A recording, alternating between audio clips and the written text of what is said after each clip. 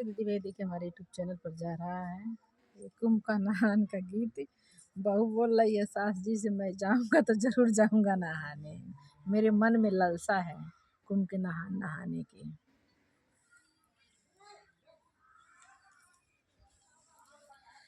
सासू मन में लागल बाटे लालसा हो नहाए जइबो ना। सासू लागल बाटे मनवा में लालसा हो नहाए जइबो ना। मनवा में लागल बहुअर तुहरे लालसवा हो कैसे जइबू ना। हो कि कैसे जइबू ना। रोवे तुहरो ललनवा हो कि कैसे जइबू ना। रोवे तुहरो ललनवा हो कि कैसे जइबू ना।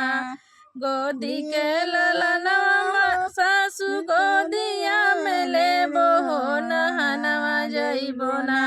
मन में लागल बाटे लालसा हो कि कुमावा हम नहाइबो ना। लागल बाटे मनवा में लालसा हो कि कुम नहाइबो ना।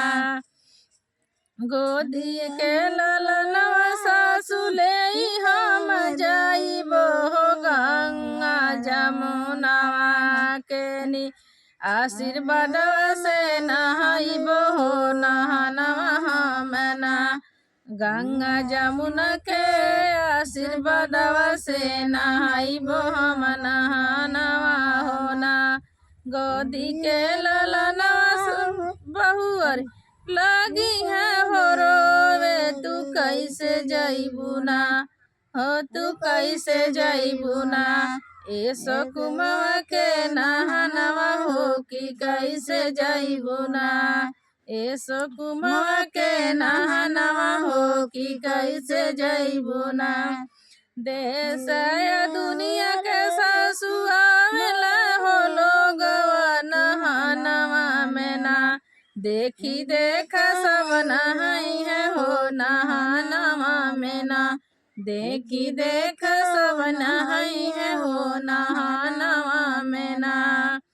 सासू करबो दान पुनवा हो नहानवा में ना।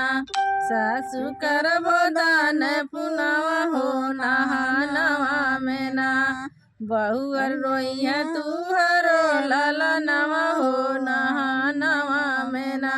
गोदी के ललनवा सासू खेलाई देबो कीनी हम खेलवना हो चुपाई जाई है ना। करबो कुम के नहनवा हो चुपाई जाई है ना। करबो कुम के नहनवा हो चुपाई जाई है ना। सासू लागल बा मनवा में लालसा हो कि कुम नहाइबो ना। सासू लागल बा मन में लालसा हो कि कुम नहाइबो ना।